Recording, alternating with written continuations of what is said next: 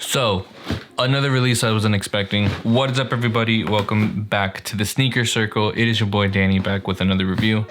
In today's review, we are going to be covering the restocked version of the original 350s. Now, these are the Yeezy 350s version 1, so the V1s. V2s are the most commonly known. There's the ones that have so many colorways behind them, and the ones that for the last couple of years we've just seen so many of. V1s, I think, only had like a stint of like a year, 2 years of releases, only 4 colorways total. So I'm gonna get these out the box. I'm gonna get them both out the box, and then let's just get straight into it. All right, so out the box, a really nice sneaker. I was around for the original releases, and this isn't technically the first time this colorway specifically restocks. Back when V1s were still a little more prominent, this is the only colorway that actually managed to get a restock. So I think they released it initially a couple months after Turtle Doves, and then I think the following year, towards after the other two colorways had released, these also released again slightly. If I can get the dates, I'll definitely add them like here or in the link. Pretty much a similar setup. V2s were created to address all the problems that V1s had. Personally, in my opinion, V1s were always pretty comfortable. Same basic sole layout, except the sole build is a little bit different on V1s. I know V2s are a little more. Actually, I still have a pair, so let me go get them real quick. So here's a personal pair of Zebras that I got. I think it's like from their 3rd or 4th restock. I haven't worn these in such a long time. So if you look at the soles, they primarily look almost the same. But then when we're looking at the bottom, these are both 10.5. The V2s were made just a bit wider. They were kind of made a bit different. You see more boost windows through here, while on the V1s you have different panels to them. You still get a slight boost window right here and right here, but there's still like segments to them. So you see like a 4-foot segment right here, while in this one you don't really see it. It's more of like a solid single unit. That just means the V2s were a little bit wider. They were a little bit more comfortable. You had more surface when your foot was stepping. It was pretty nice, and I know these had the problem of paint flaking and even soles starting to crack after a while, but again, those are like the older pairs. Getting a little bit into the shoe itself, it's not necessarily the same type of prime knit upper. This one is the original one. It's more sock-like. It's a single piece, while the other ones are a little more threaded. These are still pretty thin, pretty elastic to your foot.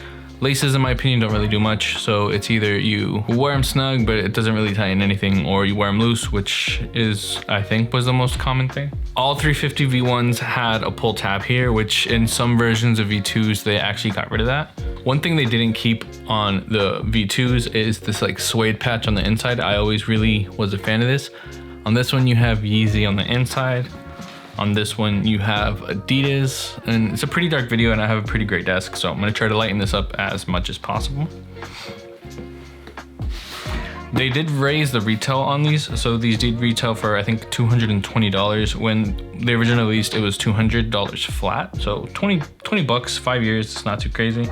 You have that middle stitching right there, which is still prominent on most V2s. That's not something that they got rid of. When you stretch it out, you see how much space you get to actually get your foot in there. Again, I think V2s are great the way they are. They really did make improvements, but V1s are by far my favorite. I didn't really expect this release to continue. I thought it was just gonna get scrapped. I know a lot of people had early pairs, but I don't know. I know they released Turtle Doves before the whole fallout, and those are actually pretty cool. I'm kind of still looking for a pair of those. For reference on the releases, like I mentioned earlier, there are 4 total 350 V1 colorways. There's the Turtle Doves, the very first pair to release. These Pirate Blacks, I remember on the initial release date, I managed to get 2 pairs of these from like Foot Locker, which was great. And then there were 2 other colorways, the Moon Rocks and then Tans. Both Moon Rocks and Tans, probably some of the best colors that Kanye has designed, or Adidas has designed, whoever you want to give credit to.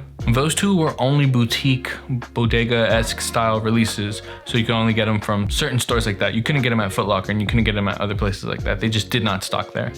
And that's when it kind of ended and shift over to V2. And then Zebras, I think, was the first V2, or no, Belugas were the first V2 to release. Amazing, an amazing pair of shoes right there.